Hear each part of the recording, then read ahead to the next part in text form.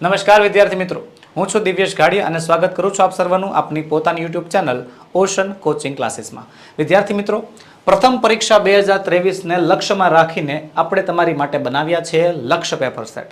જી હા વિદ્યાર્થી મિત્રો, પ્રથમ પરીક્ષાની સંપૂર્ણ તૈયારી કરવા માટે તમારા માટે મોડલ આઈએમપી પેપર સેટ એવા આપણે તમારી માટે લક્ષ્ય પેપર સેટનું આયોજન કર્યું છે। વિદ્યાર્થી મિત્રો, એની અંદર તમને દરેક વિષયના કુલ 4 પ્રશ્નપત્રના સોલ્યુશન તમને મળશે। તો આજે આપણે વિદ્યાર્થી મિત્રો એ પેપરનું સોલ્યુશન કરવાનું છે, જેમાં આપણે પેપર નંબર 1 વિષય ઇંગ્લિશ ધોરણ 9 જેમાં પેપર નંબર 1 નો સેક્શન એ આજે આપણે ભણવાનો છે। તો ચાલો શરૂ કરીએ આજનું સોલ્યુશન સેક્શન એ થી। આપણને ખબર છે સેક્શન એ શરૂ થાય એટલે સૌથી પહેલો પ્રશ્ન આપણને આવે છે કયો? Read the extracts and answer the question. ફકરા વાંચો અને સવાલના જવાબ આપો। તો સૌથી પહેલા ફકરાને ધ્યાનથી વાંચવા અને ત્યારબાદ જ સવાલમાં આગળ વધવું। પેરેગ્રાફ સરખો સમજ્યા પછી, પેરેગ્રાફ સરખો વાંચ્યા પછી જ યોગ્ય જવાબ તમે ગોઠવી શકો છો અને બનાવી શકો છો।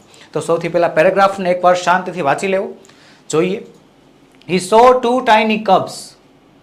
યાદ કરો તો વિદ્યાર્થી મિત્રો, કયા પાઠમાં આવે છે આવું 2 ટાઇની કપ્સ? કપ્સ એટલે બચ્ચાઓ। Unit number 1 Cheetah's tears. આગળ વધીએ। He saw 2 tiny cubs, they looked at him with their bright eyes. They were too young to run away. He threw the net over them and the cups were caught. He needed only 1 cup, but he thought, aha, it's always better to have 2 slaves instead of 1. He dragged them with him and hid them under the big basket. So first question, પહેલો સવાલ છે, how many cups did he want to catch? એને કેટલા cup જોતા હતા? એને કેટલા બચ્ચાની જરૂર હતી? તો આપણે આગળ લખ્યું છે He so tiny cups, એને 2 બચ્ચાઓ જોયા અને એને ખાલી એક જ બચ્ચાની જરૂર હતી। He needed only 1 cup, એને ખાલી એક જ બચ્ચાની જરૂર જોઈએ। જવાબ લખ્યો છે He needed only 1 cup, તો એ જવાબ આવશે ED wanted to catch only 1 cup। Sir આમાં તો he needed આપ્યું છે ને તમે આમાં સવાલમાં કે he catch ને એવું કંઈક લખી નાખ્યું। સવાલમાં જોવો, સવાલમાં શું કહે છે? want, તો want નું ભૂતકાળ wanted થઈ જશે અને to catch આગળ આપણને આપેલું જ છે। વિદ્યાર્થી મિત્રો, જવાબ જે છે એ પેરેગ્રાફમાંથી બેઠો નથી લખવાનો, સવાલ પ્રમાણે જવાબ લખવાનો છે કે Edi wanted to catch only 1 cub, ઈડીને ખાલી એક જ બચ્ચું ચોરવું હતું। ત્યારબાદ બીજો છે which sentence in the text shows Edi's happiness, કે આ પેરેગ્રાફમાં એવું કયું સેન્ટેન્સ છે જે ઈડીની હેપીનેસ એટલે કે ઈડી જે છે ખુશ છે એવું દર્શાવે છે? તો અહીંયા છે એ સેન્ટેન્સ કે જો અહીંયા છે it is always better to have 2 slaves of interest instead of 1, કે એક કરતા 2 ગુલામ હોય તો વધારે સારું। આવું જે છે એ વિચારીને જે છે એ ખુશ થઈ જાય છે ને, તો એ જ વાક્ય લખશું આપણે કે it is always better to have 2 slaves instead of 1। અને વિદ્યાર્થી મિત્રો, જ્યારે સેન્ટેન્સ માંગ્યો હોય તો સેન્ટેન્સ જે છે એ ઇન્વર્ટેડ કોમા એટલે કે અવતરણ ચિહ્નમાં લખવાનું। અવતરણ ચિહ્નમાં લખ્યા પછી શું લખવાનું કે this sentence shows Edi's happiness, કે આ સેન્ટેન્સ ઈડીની ખુશી, ઈડીની હેપીનેસ દર્શાવે છે। આગળ વધીએ। પછી પેરેગ્રાફ આપણને આપ્યો છે a German lady came to stay with Mohan's family. Unit number 3 Mohan and his Veena. A German lady came to stay with Mohan's family to learn music from his father. He was then that the guitar entered in his life. He began his experiments with that beautiful instrument. No other instrument now in my life. I wanted to play only the guitar, said the Mohan to himself. Guitar took all his time.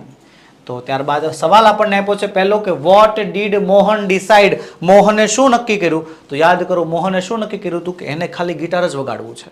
તો એ જવાબ આવશે Mohan decided that he would play only guitar, કે તે ખાલી guitar જ વગાડશે। આગળ છે which sentence in the text shows that Mohan decided to learn to play guitar, કે આપણે આ ટેક્સ્ટમાં ફકરામાં એવું કયું સેન્ટેન્સ છે જે દર્શાવે છે કે Mohan decided to learn to play guitar, કે મોહનને હવે ગિટાર વગાડતા શીખવું છે। તો એવું કયું સેન્ટેન્સ છે? તો જો અહીંયા છે, અહીંયા રહ્યું સેન્ટેન્સ કે no other instrument now in my life, I want to play the guitar only, કે હવે મારા લાઈફમાં કોઈ બીજું ઇન્સ્ટ્રુમેન્ટ નહીં, મારે ખાલી ગિટાર વગાડવું છે। તો આ દર્શાવે છે ને કે ભાઈ એને જે છે ગિટાર શીખવું છે, ગિટાર વગાડવું છે।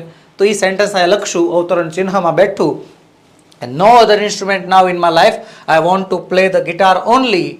This sentence shows that Mohan decided to learn to play guitar. આ સેન્ટેન્સ દર્શાવે છે કે મોહનને હવે ગિટાર શીખવું હતું, ગિટાર વગાડતા શીખવું હતું। આગળ જોઈએ આગળનો પેરેગ્રાફ. હવે આગળનો પેરેગ્રાફ જોઈને પહેલા વિદ્યાર્થી મિત્રો તમારા માટે અમે લાવ્યા છીએ એક જબરદસ્ત એપ્લિકેશન, નામ છે જેનું ઓશન કોચિંગ ક્લાસીસ. વિદ્યાર્થી મિત્રો આ એપ્લિકેશનની અંદર મળશે તમને લક્ષ્ય પેપર સેટ. વિદ્યાર્થી મિત્રો આપણે અત્યારે પ્રથમ પરીક્ષા 2023ને લક્ષ્યમાં રાખીને જે તમારી માટે લક્ષ્ય પેપર સેટ બનાવ્યા છે, જેનું આપણે અત્યારે પણ સોલ્યુશન કરી રહ્યા છીએ, તેના સોલ્યુશનની PDF તમને આપણી એપ્લિકેશનમાંથી મળી જશે. વિદ્યાર્થી મિત્રો એમાં તમને અંગ્રેજી વિષયના કુલ 6 પ્રશ્નપત્રના સોલ્યુશનની PDF શિક્ષકો તેમજ વિદ્યાર્થીઓને રેડી ટુ પ્રિન્ટ સ્વપ્રયત્ન કરી શકે, સેલ્ફ પ્રેક્ટિસ કરી શકે તેના માટે માત્ર પ્રશ્નપત્ર એની રેડી ટુ પ્રિન્ટ PDF પણ તમારા માટે અમે અવેલેબલ કરી છે. તો ઝડપથી ડાઉનલોડ કરો આપણે એપ્લિકેશનને. એપ્લિકેશન ડાઉનલોડ કરવાની લિંક નીચે વિડીયોમાં આપેલી છે. ચાલો આગળ વધીએ. પછી છે પેરેગ્રાફ કે after his death Udaymati took up the project for solving problem of water scarcity faced by the people of Patan. Unit number 5, Rani ki Vav. આગળ કહે છે unfortunately the queen also died before the completion of this structure. In the world of architecture her beautiful idea has received immense appreciation. તો first question પાંચમો, who was master architect? કે કોણ જે છે master architect હતું? તો આમાં ઘણા વિચાર સર આમાં માસ્ટર આર્કિટેક્ટ એવો એક શબ્દ આ પેરેગ્રાફમાં છે જ નહીં. પહેલા સવાલ સમજો. સવાલ શું કહે છે કે who was master architect? કે બાંધકામમાં માસ્ટર એટલે કે જેના મગજ વધારે તીવ્ર ચાલતું હોય એવું કોણ હતું? તો વિચાર કરો કોણ હતું સર? આ જો અહીંયા લખ્યું છે કે હર બ્યુટીફુલ આઈડિયા, એનો સુંદર વિચાર. અને અહીંયા હર એટલે કોણ? તો હર એટલે થાય ક્વીન ઉદયમતી, રાણી ઉદયમતી. તો રાણી ઉદયમતીનો સુંદર વિચાર હતો જેના કારણે આ વાવ બની શકી. તો બસ એ પણ કહી શકાય કે ક્વીન ઉદયમતી જે છે ને એ આર્કિટેક્ટમાં તીવ્ર મગજ ધરાવતા હતા. તો એ જ લખાશે અહીંયા, queen Udayamati was the master architect. આગળ વધીએ. સવાલ નંબર 6 આપ્યો છે કે why could the queen not complete the construction of the Vav?